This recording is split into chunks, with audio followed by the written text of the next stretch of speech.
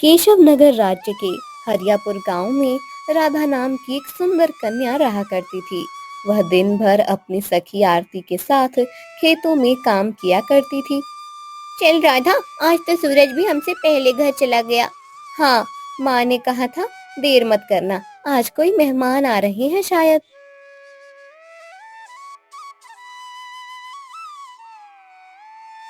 जैसे ही राधा अपने घर पहुंची, उसके पिता सुखदेव ने उसे आवाज दी। बेटा राधा, हाथ मुंह धोकर कपड़े बदल लो। तुम्हें देखने के लिए दूसरे गांव के चौधरी रतन सिंह अपनी पत्नी के साथ आ रहे हैं। बेटा, मैंने विवाह के बाद उनके बेटे के साथ चलाई है। बढ़िया से तैयार हो जाओ, है ना? यह सुनकर राधा कांप उठी।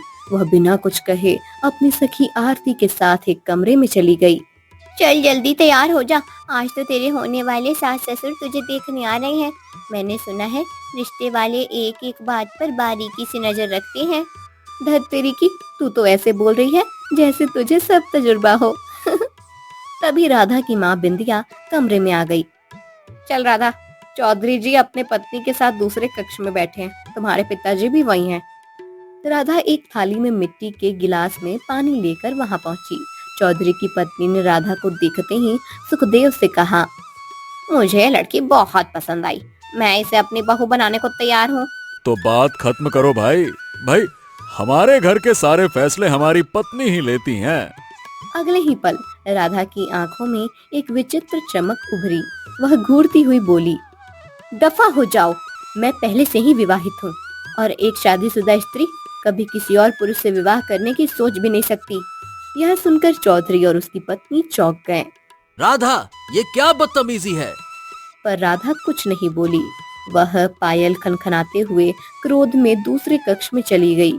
वहां पहुंचते ही उसकी आंखों के सामने अंधेरा छा गया और वो बेहोश हो गई। इधर चौधरी गुस्से से बोला, अरे तुम हमारे साथ धोखा कर रहे हो।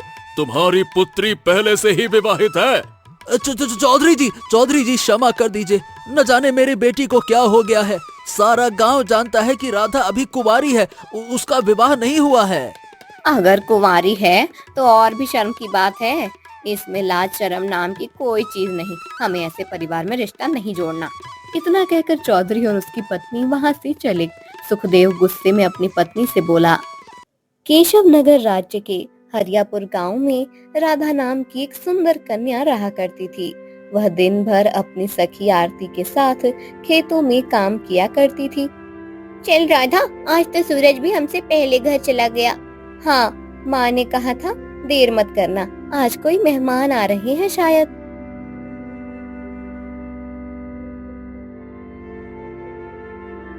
जैसे ही राधा अपने घर पहुंची, उसके पिता सुखदेव ने उसे आवाज दी। बेटा राधा, हाथ मुंह धोकर कपड़े बदल लो। तुम्हें देखने के लिए दूसरे गांव के चौधरी रतन सिंह अपनी पत्नी के साथ आ रहे हैं। बेटा, मैंने विवाह के बाद उनके बेटे के साथ चलाई है। बढ़िया से तैयार हो जाओ, है ना? यह सुनकर राधा कांप उठी। वह बिना कुछ कहे अपनी सखी आरती के साथ एक कमरे में चली गई। चल जल्दी तैयार हो जा, आज तो तेरे होने वाले सास ससुर तुझे देखने आ रहे हैं। मैंने सुना है रिश्ते वाले एक एक बात पर बारीकी से नजर रखते हैं। धत तेरी की, तू तो ऐसे बोल रही है जैसे तुझे सब तजुर्बा हो। तभी राधा की माँ बिंदिया कमरे में आ गई। चल राधा, चौधरी जी अपने पत्नी के साथ दूसरे कक्ष में बैठे हैं, तुम्हारे पिताजी भी वही हैं।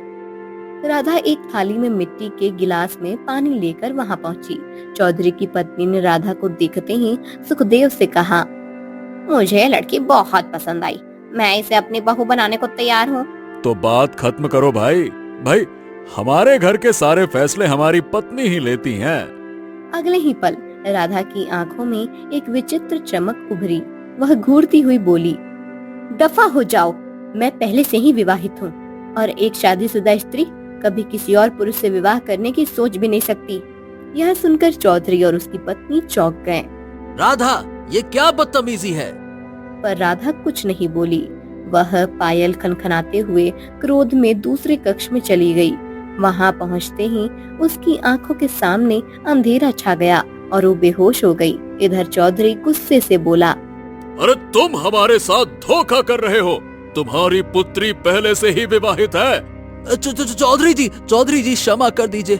न जाने मेरी बेटी को क्या हो गया है। सारा गांव जानता है कि राधा अभी कुंवारी है, उसका विवाह नहीं हुआ है। अगर कुंवारी है तो और भी शर्म की बात है। इसमें लाज शर्म नाम की कोई चीज नहीं। हमें ऐसे परिवार में रिश्ता नहीं जोड़ना। इतना कहकर चौधरी और उसकी पत्नी वहाँ से चले। सुखदेव गुस्से में अपनी पत्नी से बोला, अरे आखिर हुआ क्या है? मुझे राधा से ऐसी उम्मीद तो ना थी। बिंदिया दौड़ती हुई राधा के कमरे में गई। वहाँ राधा बेहोश पड़ी थी। केशव नगर राज्य के हरियापुर गांव में राधा नाम की एक सुंदर कन्या रहा करती थी। वह दिन भर अपनी सखी आरती के साथ खेतों में काम किया करती थी। चल राधा, आज तो सूरज भी हमसे पहले घर चला गया। हाँ, माँ ने कहा था देर मत करना, आज कोई मेहमान आ रहे हैं शायद।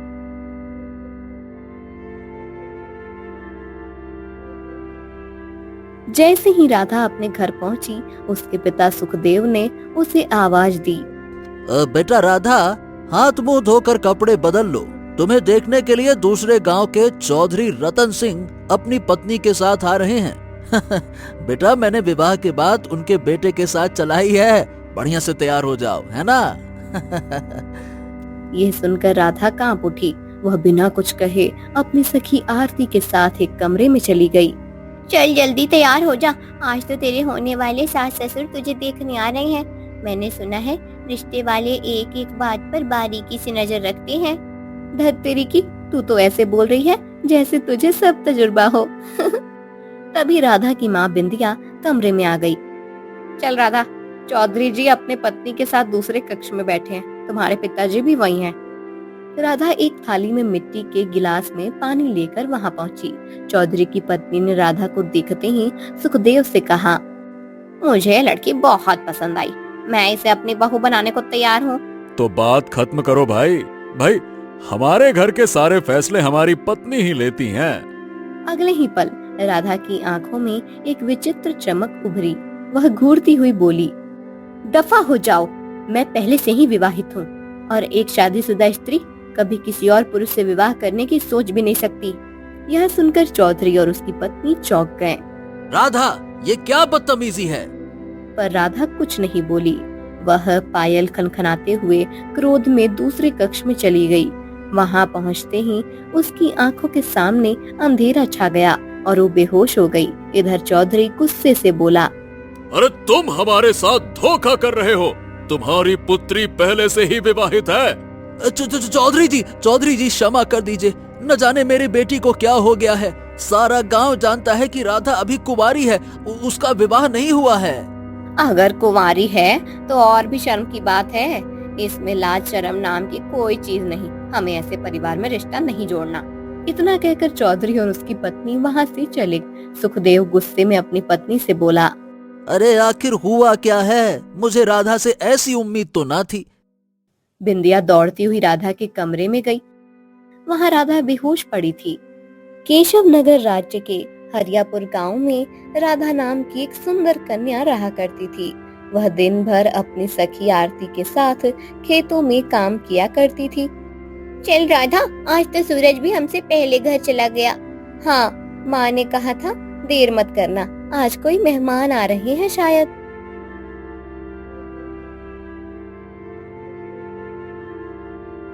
जैसे ही राधा अपने घर पहुंची, उसके पिता सुखदेव ने उसे आवाज दी, बेटा राधा, हाथ मुंह धोकर कपड़े बदल लो। तुम्हें देखने के लिए दूसरे गांव के चौधरी रतन सिंह अपनी पत्नी के साथ आ रहे हैं। बेटा, मैंने विवाह के बाद उनके बेटे के साथ चलाई है। बढ़िया से तैयार हो जाओ, है ना? यह सुनकर राधा कांप उठी। वह बिना कुछ कहे अपनी सखी आरती के साथ एक कमरे में चली गई। चल जल्दी तैयार हो जा, आज तो तेरे होने वाले सास ससुर तुझे देखने आ रहे हैं। मैंने सुना है रिश्ते वाले एक एक बात पर बारीकी से नजर रखते हैं। धत तेरी की, तू तो ऐसे बोल रही है जैसे तुझे सब तजुर्बा हो। तभी राधा की माँ बिंदिया कमरे में आ गई। चल राधा, चौधरी जी अपने पत्नी के साथ दूसरे कक्ष में बैठे हैं, तुम्हारे पिताजी भी वही हैं।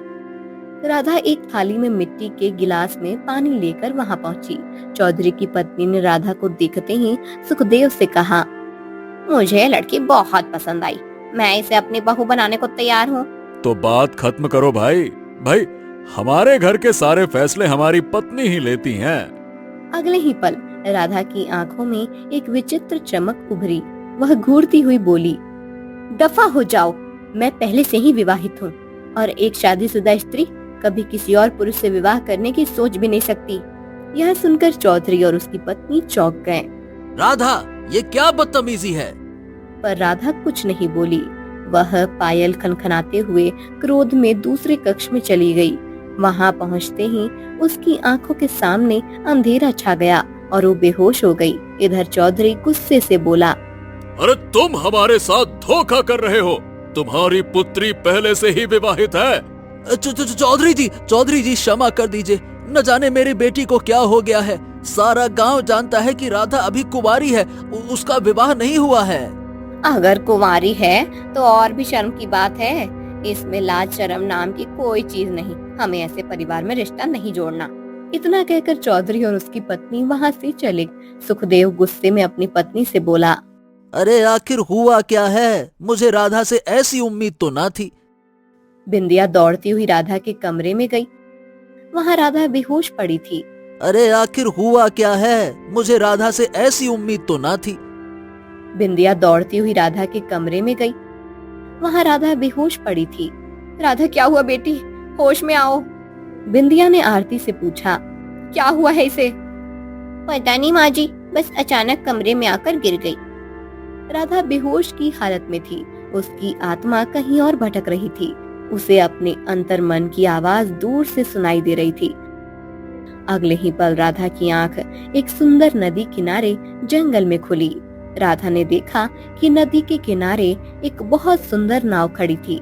राजा उस सुंदर जंगल को देखकर अपने आप से बोली, मैं तो अपने घर पर थी कुछ देर पहले और माँ की आवाज मुझे गूंजती हुई सुनाई दे रही थी। अचानक से मैं यहाँ पर कैसे आ गई? तभी राधा के कानों में किसी पुरुष की आवाज टकराई जो उसे पुकार रहा था, राधा, मेरी आवाज की दिशा की ओर बढ़ती हुई चली आओ। आओ। राधा वह आवाज सुनकर डर गई। आवाज दोबारा उसके कानों में टकराई, डरो मत राधा, आ जाओ आ जाओ आ जाओ। ना जाने क्यों इस बार की आवाज से राधा के मन का डर दूर हो गया और वो आवाज उसे काफी जानी पहचानी महसूस हुई। राधा आवाज की दिशा में घनी झाड़ियों को पार करती हुई जंगल में बढ़ने लगी। कुछ देर बाद राधा एक बहुत ही विशाल खंडहर के सामने रुक गई, जिसके सामने एक बड़ा ही सुंदर झरना बह रहा था। आसपास का दृश्य बहुत ही मनमोहक था। यह तो बहुत ही सुंदर जगह है। ऐसा लग रहा है मानो ये पृथ्वी का हिस्सा ही नहीं। तभी राधा के कानों में दोबारा आवाज टकराई, राधा, खंडहर के अंदर आ जाओ, आ जाओ आ जाओ। राधा खंडहर के अंदर प्रवेश कर गई। उसके सामने एक सुंदर पुरुष पत्थर का बना खड़ा था। उस सुंदर पुरुष को देखकर राधा को ना जाने क्यों ऐसा लगने लगा जैसे कि उसका उस पुरुष से जन्मों जन्म का कोई रिश्ता हो। राधा उस पत्थर के पुरुष की ओर बहुत ही गौर से देखने लगी। तभी उस पत्थर की मूर्ति से आवाज आई, मुझे ऐसे मत देखो राधा, तुम्हारा और मेरा तो जन्म जन्म का रिश्ता है। मुझे ढूंढो। मुझे ऐसा लग रहा है जैसे कि मैं तुम्हें जानती हूँ, लेकिन तुम कौन हो? मैं एक नाविक हूँ, सोनपुर का रहने वाला। कितनी विचित्र बात है, उस समय भी तुम्हारा नाम राधा ही था। तुम हर जन्म में मेरी ही राधा हो। अचानक से राधा को वहाँ सब कुछ घूमता हुआ महसूस होने लगा। अगले ही पल राधा लंबी लंबी और गहरी सांसें लेते हुए उठकर बैठ गई। राधा अपने कक्ष में थी, जहाँ पर उसके पिता, उसकी माँ और उसकी सखी आरती उसे घूर रहे थे। राधा, तुझे क्या हुआ था? हम तो बुरी तरह से डर गए थे। मुझे नहीं पता, मुझे केवल चक्कर आ गए। सुखदेव गुस्से से बोला, अरे तुमने मेरी नाक कटा दी राधा। अरे भाई, तुमने क्यों कहा चौधरी रतन सिंह और उसकी पत्नी से कि तुम विवाहित हो? अरे तुम तो अभी तक कुंवारी हो ना। मैंने ये कब कहा? मुझे कुछ भी याद नहीं। अरे लगता है कि इसका दिमाग खराब हो चुका है। इसे किसी अच्छे वैद्य के पास ले जाओ, पगला गई है। पिताजी, बेहोशी की हालत में मैंने एक बहुत ही विचित्र सपना देखा। मैंने देखा कि मैं एक सुंदर जंगल में खड़ी हूँ और उस सुंदर जंगल के अंदर एक खंडहर भी है। उस खंडहर के अंदर एक सुंदर पुरुष की मूर्ति बनी हुई थी। वह मूर्ति मुझसे बात कर रही थी। पिताजी, उसने कहा कि वह एक नाविक है। उसने कहा कि मेरा और उसका जन्म जन्म का रिश्ता है। पिताजी, मुझे ऐसा लग रहा था जैसे कि मैं हकीकत में उस जगह पर मौजूद हूँ। यह सुनकर सुखदेव बुरी तरह से क्रोधित हो गया और गुस्से से पैर पटकता हुआ बाहर निकल गया। राधा रोते हुए अपनी माँ से बोली, मैं झूठ नहीं बोल रही माँ। राधा, आज की तुम्हारी हरकत से पिताजी वैसे भी बहुत गुस्से में हैं। ऊपर से तुम उन्हें उल्टी सीधी कहानियां मत सुनाओ। इतना कहकर वो वहाँ से चली गई। राधा अपनी सखी से बोली, तुम तो मेरी बात पर विश्वास करो। तुम तो मेरी बचपन की सखी हो। तुम जानती हो कि मैं झूठ नहीं बोलती। हो सकता है तुम सच बोल रही हो, लेकिन अभी ये समय बात करने का नहीं है। हम कल इस बारे में बात करेंगे।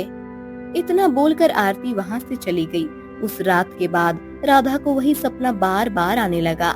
हर रात वही पत्थर, वही जंगल, वही गुजरती आवाज, और हर सुबह राधा का चेहरा थोड़ा और पीला पड़ता गया।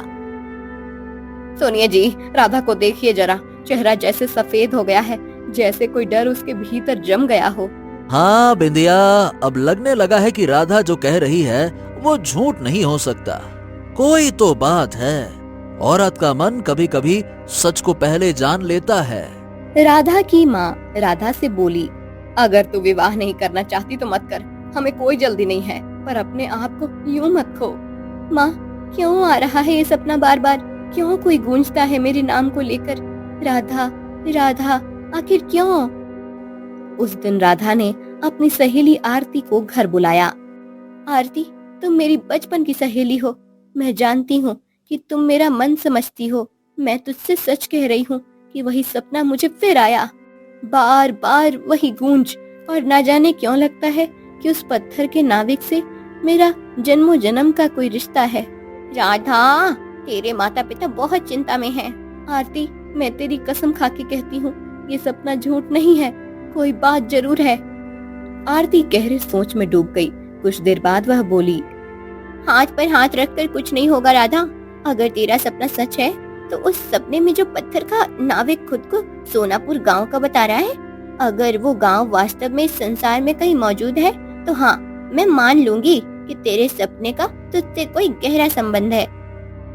उसी शाम जब सुखदेव घर आया तो आरती ने उससे पूछा, चाचा जी, एक बात पूछूं, क्या आपने कभी सोनापुर गांव का नाम सुना है? सोनापुर? हाँ, वो गांव तो यहाँ से ज्यादा दूर नहीं है, नदी के किनारे बसा है। यह सुनकर आरती चुप हो गई और राधा के पास जाकर धीमे स्वर में बोली, राधा, तू सच कह रही थी। सोनापुर गांव वास्तव में है। इसका मतलब तेरा सपना तेरे जीवन से सच में जुड़ा हो सकता है। उस रात राधा को एक नया सपना आया। इस बार वह सोनापुर गांव की एक झलक दिख रही थी। एक नदी थी और उसके किनारे एक पुरानी सी झोपड़ी। झोपड़ी के अंदर एक वृद्धा अकेली बैठी थी।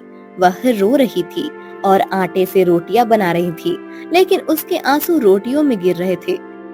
राधा की नींद टूट गई।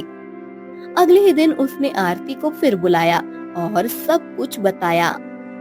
आरती, इस बार सपना अलग था। उस गांव की झलक मिली और एक वृद्धा देखी जो रोते हुए अकेली रोटियां बना रही थी। तो फिर तुझे उस गांव जाना ही पड़ेगा, लेकिन पहले अपने माता पिता से पूछ ले। राधा ने अपनी माँ और पिता सुखदेव से अनुमति मांगी। बाबा, मैं जानती हूँ आप डरते हैं, लेकिन अब ये सपना मेरी नींद ही नहीं, मेरा चैन भी छीन रहा है। अगर मैं सोनापुर जाऊं और कुछ भी ना निकले तो मैं लौट आऊंगी, लेकिन अगर कुछ निकला तो शायद ये सपना मुझे सताना बंद कर दे। देखो राधा, ये सब मुझे भ्रम लगता है, पर तेरी आंखों में जो बेचैनी है बेटा, वो मैं समझता हूँ। अगर तुझे यकीन है तो जा, लेकिन आरती तेरे साथ होगी, ठीक है ना? हाँ, हम तुझे अकेले नहीं भेजेंगे, और ध्यान रखना, अगर कुछ भी गलत लगे तो तुरंत लौट आना। अगले दिन सुबह के समय राधा और आरती सोनापुर गांव के लिए रवाना हो गई। दोपहर तक राधा और आरती सोनापुर गांव में खड़ी हुई थी। राधा सोनापुर गांव में पहुंचकर इधर उधर झोपड़ी को तलाशने लगी, लेकिन उसे झोपड़ी कहीं नहीं दिखाई दी। तुम्हें सपने में झोपड़ी कैसे दिखाई दी थी? सपने में तो मुझे झोपड़ी एकांत में दिखाई दी थी, लेकिन सोनापुर गांव में तो मुझे सपने में दिखने वाली झोपड़ी कहीं नहीं नजर आ रही है। राधा एक बच्चे को बुलाती है और कहती है, यहाँ पर कोई ऐसी झोपड़ी हो जो नदी के किनारे बनी हो और जहाँ पर एक बूढ़ी औरत रहती हो। अच्छा, तो तुम उस नाविक की माँ के बारे में बात कर रही हो, जो दिन भर नदी के किनारे नाव को खड़ी हुई घूरती रहती है, ये सोच कर कि उसका बेटा और बहू वापस आएंगे। अरे वो तो पागल है, क्योंकि पिताजी बता रहे थे कि वो नाविक तो बरसों पहले ही लापता हो गया था और उसकी पत्नी उसका इंतजार करते करते ही दम तोड़ गई थी, मतलब मर गई थी। लेकिन वो बूढ़ी औरत अभी तक अपने बहू और बेटे की मौत पर विश्वास नहीं करती। सुनो, यहाँ से ना सीधे चलते हुए चले जाओ तो उस बूढ़ी औरत की झोपड़ी नजर आ जाएगी। इतना बोलकर बच्चा चला गया। इसका मतलब तेरे सपने का संबंध तेरे जीवन से जरूर है। चल चल चलकर देखते हैं। कुछ देर बाद राधा और आरती एक झोपड़ी के अंदर थी, जहाँ एक बूढ़ी औरत रोटियां बना रही थी।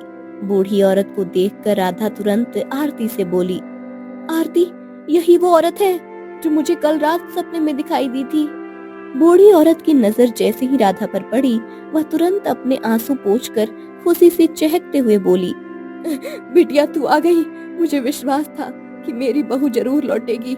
सबने माना कि मैं पागल हूँ, लेकिन मैंने कभी भी अपने आप को पागल नहीं माना। मुझे भगवान पर पक्का विश्वास था। तू आ गई है तो मेरा बेटा भी जरूर आएगा। ये सुनकर राधा और आरती चौंक गई। ये आप क्या कह रही हैं? मैं आपकी बहू नहीं हूँ। सच तो ये है कि मैं तो अपने सपनों को तलाशते तलाशते यहाँ तक पहुँची हूँ। इतना कहकर राधा अपने सपने के बारे में सारी घटनाएं बताती बोलती, कल रात तुम मुझे सपने में दिखाई दी। वो सपना मुझे बहुत परेशान कर रहा है, इसलिए मैं यहाँ तक आई हूँ, ये पता करने के लिए कि आखिर मुझे वो सपना बार बार क्यों आ रहा है। बूढ़ी औरत की आंखों से आंसू बहने लगे। वह एक पुराने संदूक के पास जाकर एक बनी हुई तस्वीर निकाल कर बोली, को गौर से देख, क्या यही वो नाविक तुझे याद आ रहा है जो पत्थर का बना हुआ दिखाई देता है? हाँ, यही वो लड़का है जो कि पत्थर का बना हुआ है। वह तेरा पति है पगली। यह बात अलग है कि तुझे कुछ भी याद नहीं। मैंने तुझे इन्हीं हाथों से चिता दी थी, लेकिन मुझे विश्वास था कि तू जरूर लौट कर आएगी। तू भले ही दूसरे की कोख में जन्म लेकर आई हो, लेकिन तू आई। तभी राधा को चक्कर आने लगे और वो बेहोशी की गहराइयों में समा गई। उसकी आंखों के सामने बहुत पुराने समय के चर्चित दृश्य चलने लगे। आदित्य नदी के किनारे अपनी नाव बांध रहा था कि तभी एक व्यक्ति उसके पास आया और बोला, ए आदित्य भाई, तुम्हारी पत्नी की हालत दिन ब दिन बिगड़ती जा रही है। तुम उसे किसी अच्छे वैद्य को क्यों नहीं दिखाते हो? हाँ, मैं लगभग सभी वैद्य को दिखा चुका हूँ, लेकिन कोई फायदा नहीं हुआ। आज मैं अपने गांव के सबसे ऊंचे वैद्य को दिखाऊंगा। कहते हैं कि उन्हें बहुत ज्ञान है। इतना कहकर आदित्य अपने घर चला गया। राधा बुरी तरह से खांस रही थी। राधा को खांसते हुए देख आदित्य तुरंत उसके पास आया और बोला, राधा, चिंता मत करो, तुम ठीक हो जाओगी। आज मैं तुम्हें बड़े वैद्य के पास ले चलूंगा। लगता है मैं अब नहीं बचूंगी। आदित्य की आंखों में आंसू आ गए और वह बोला, मैं तुम्हें बचाने के लिए यमराज तक से लड़ जाऊंगा राधा। तुम्हें मेरे लिए जीना होगा, जीना होगा। इतना बोलकर आदित्य ने राधा को पकड़ा और सहारे से उसे गांव के सबसे बड़े वैद्य के पास ले गया। वैद्य ने राधा को हाथ लगाया और फिर आदित्य को अकेले में ले जाकर कहा, तुम्हारी पत्नी का इलाज संभव नहीं है। हाँ, अफसोस है, लेकिन ये कुछ दिनों की ही मेहमान है। हाँ, नहीं नहीं नहीं नहीं, मैं राधा को कुछ नहीं होने दूंगा। राधा को जीना होगा। मुझे बताइए, मैं ऐसा क्या करूं जिससे मेरी पत्नी को फिर से जीवन मिल जाए? बताइए। गहरी सोच में डूबे हुए वैद्य ने कहा, क्या तुमने जीवन वृक्ष का नाम सुना है? क्या मतलब? हमारे घने जंगल में एक खंडहर है। कहते हैं उस खंडहर के भीतर एक राक्षस का वास है जो एक द्वार की रक्षा करता है। जो भी उस द्वार तक जाने में सफल होता है और उसे खोल लेता है, वो एक दूसरे आयाम में पहुंच जाता है, जहां जीवन वृक्ष नाम का एक मायावी पेड़ उगता है। अगर उस पेड़ का एक भी पत्ता तुम्हारी पत्नी के पेट में चला गया तो वो स्वस्थ हो जाएगी। यह सुनकर आदित्य पूरी तरह चौंक गया और बोला, हो, तो फिर उस जीवन वृक्ष तक मैं जरूर जाऊंगा। मैं अपनी राधा को कुछ नहीं होने दूंगा। हाँ, अरे अरे, इतना उतावला होने से पहले एक बात ध्यान से सुन लो। उस द्वार की रक्षा करने वाला राक्षस बहुत ही खतरनाक है। वो बुद्धि के बल पर लड़ता है। वो हमेशा लोगों से 3 प्रश्न पूछता है और यदि कोई व्यक्ति एक भी उत्तर गलत देता है तो वो पत्थर बन जाता है। ओ, तो फिर उन पत्थर बने लोगों को फिर से मनुष्य बनाने का क्या उपाय है? वही जीवन वृक्ष की बूटी। यदि उस बूटी से पत्थर को स्पर्श किया जाए तभी वो व्यक्ति फिर से मनुष्य बन सकता है। दोनों ही सूरतों में जीवन वृक्ष की बूटी ही काम आएगी। लेकिन वहां तक पहुंचना एक तरह से असंभव है। हाँ, जो भी हो, मैं अपनी पत्नी के लिए बड़े से बड़ा खतरा उठाने के लिए तैयार हूँ। हाँ, वो ठीक है। आज रात विचित्र अमावस्या की रात है। आज तुम्हें नाव से उस जंगल में पहुंचना होगा। आधी रात के बाद वो खंडहर सुनहरे रंग की किरणों से चमकता है। उसके भीतर प्रवेश करना ही तुम्हारी परीक्षा होगी। जाओ। कुछ देर बाद आदित्य अपनी पत्नी राधा को घर ले आया। राधा ने आदित्य का हाथ पकड़कर कहा, मैं तुम्हें नहीं जाने दूंगी। मैं तुम्हारा जीवन खतरे में नहीं डाल सकती। राधा, तुम्हारे जीवन से ही मेरा जीवन है। तुम्हारी मुस्कुराहट से ही मुझे जीने की नई राह मिलती है। तभी वहां आदित्य की माँ आ गई। राधा रोते हुए सारी घटना बताते हुए बोली, ये जीवन वृक्ष की खोज में जा रहे हैं। वैद्य जी बता रहे थे कि आज तक वहां से कोई वापस नहीं आया। नहीं, मत जा बेटा।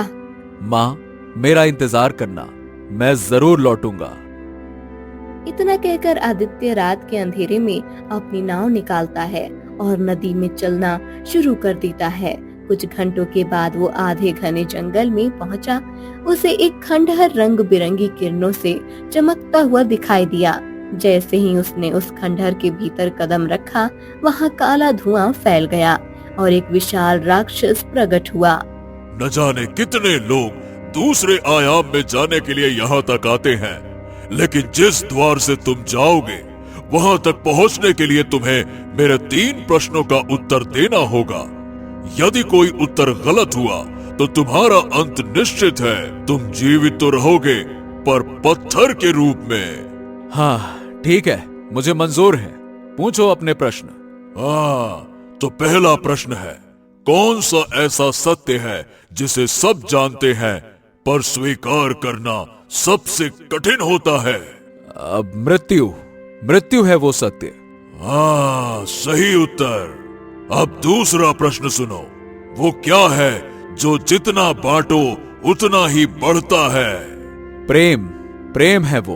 हाँ, सही उत्तर। तीसरा प्रश्न, वो कौन सा जीव है जो सुबह 4 पैरों पर, दोपहर 2 पैरों पर और रात को 3 पैरों पर चलता है? बिल्ली। राक्षस जोर से हंस पड़ा और बोला,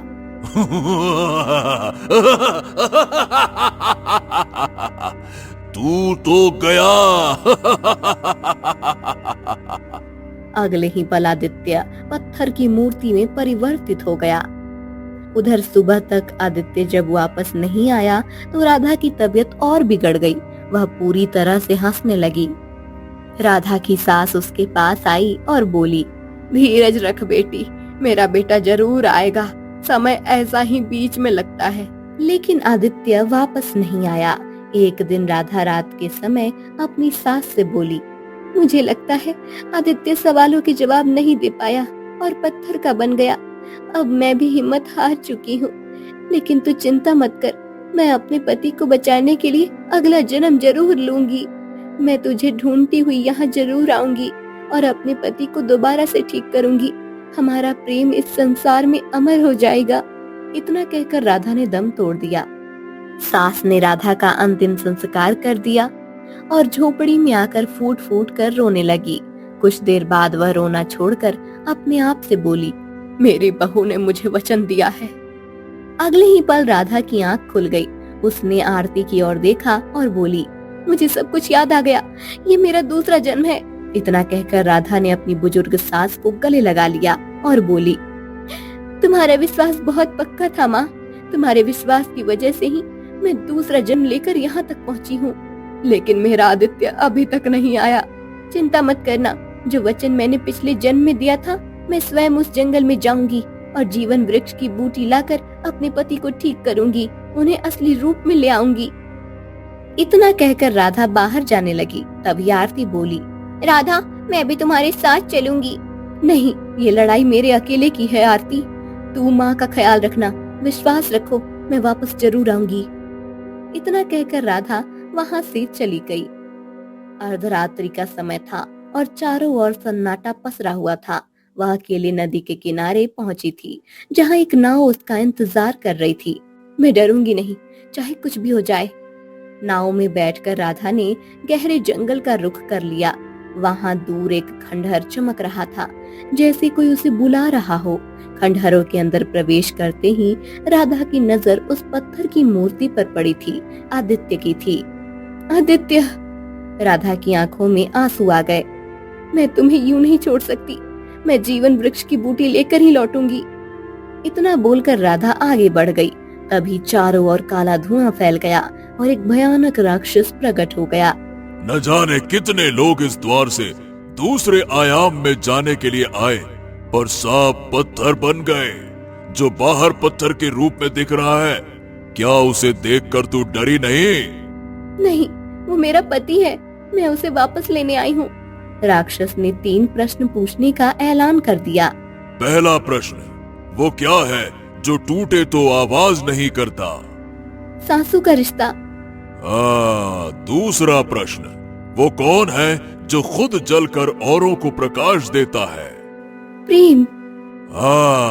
तीसरा और अंतिम प्रश्न, वो क्या है जिसे जितना बांटो उतना ही बढ़ता जाता है?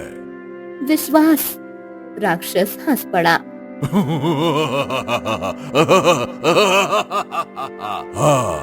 तू पहली स्त्री है जिसने मेरे सभी प्रश्नों का सही उत्तर दिया। द्वार कोई और नहीं, मैं स्वयं हूँ। इतना कहकर वो राक्षस गोल द्वार में परिवर्तित हो गया और राधा उस द्वार में प्रवेश कर गई। अगले ही पल वह एक सुंदर घने जंगल में पहुंच गई। वहाँ एक विशाल वृक्ष खड़ा था। क्या यही जीवन वृक्ष है? हाँ, मैं ही हूँ। हजारों वर्षों में कोई एक ही मानव यहाँ आ पाता है जिसमें सच्चा प्रेम हो। मैं अपने पति को जीवन देना चाहती हूँ। वृक्ष से एक चमकता हुआ पत्ता झड़ पड़ा। राधा ने वो पत्ता उठाया और लौटकर खंडहर में आदित्य के शरीर पर रख दिया। जैसे ही राधा ने पत्ता आदित्य के शरीर पर स्पर्श किया, रंग बिरंगी चमक फैल गई। पत्थर की मूर्ति टूट गई और आदित्य अपनी असली अवस्था में लौट आया। हाँ, राधा, मैं तो तुम्हें जीवन दान देने आया था, लेकिन तुमने ही मुझे जीवन दान दिया। तुम्हारी प्रेम में मैंने मृत्यु से भी लड़ाई की है आदित्य। मैं पत्थर था, पर उस रूप में भी मैं ईश्वर से प्रार्थना करता रहा। तुम्हारे सपनों में आने की शक्ति भगवान ने मुझे दी। तुम्हारे इंतजार ने ही मुझे जीवित रखा। राधा और आदित्य गांव लौट गए। उन्हें देखकर सभी की आंखों में आंसू आ गए। आदित्य की माँ ने उसे गले लगा लिया। राधा ने जीवन वृक्ष की बूटी लाकर एक पत्थर को जीवित कर दिया। गांव में उत्सव मनाया गया। फिर राधा आदित्य को लेकर अपने जन्म के माता पिता के पास पहुंच गई। बेटी, अब तो हमारे लिए नहीं, इस जन्म की लक्ष्मी है। आदित्य ने इस जन्म में भी राधा से विवाह किया। उनका प्रेम अब अमर हो चुका था।